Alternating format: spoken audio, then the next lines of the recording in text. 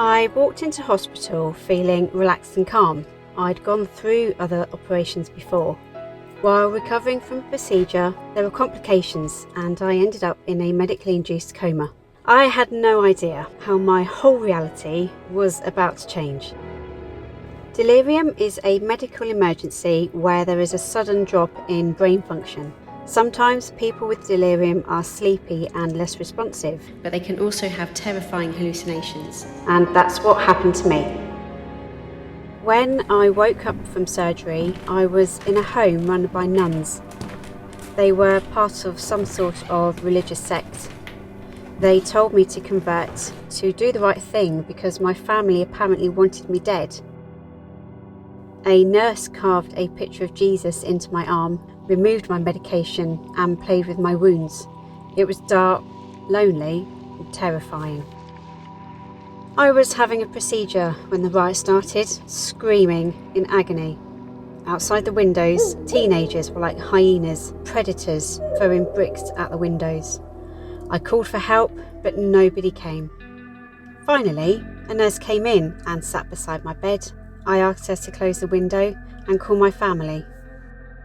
I woke from a dark place and was in a car showroom with a monster standing opposite me.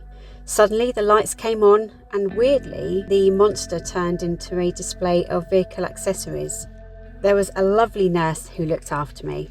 We returned from a CT scan and suddenly we're in an underground Olympic swimming pool. I could see the local lifeboats. I remember telling my dad to look, but he couldn't see it. Why could nobody see what I could see?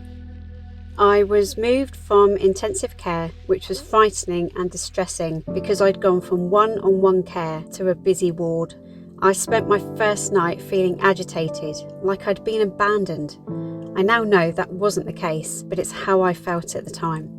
In time, I got to know the staff really well and eventually became part of the furniture. After 78 days, I finally left hospital. 2 weeks later, I returned for a follow-up. Something wasn't right. I felt breathless, I was panicking and distraught. I couldn't understand what I was feeling, but it was all from being back in that place.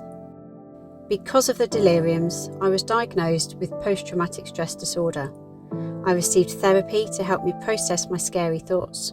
I've had lots of support and started to turn my deliriums into memories. Now I'm recovering well. I have a blog which helps me process my thoughts, and I started volunteering for the RNLI after seeing a lifeboat in a delirium. My life had been saved, but my journey was just beginning.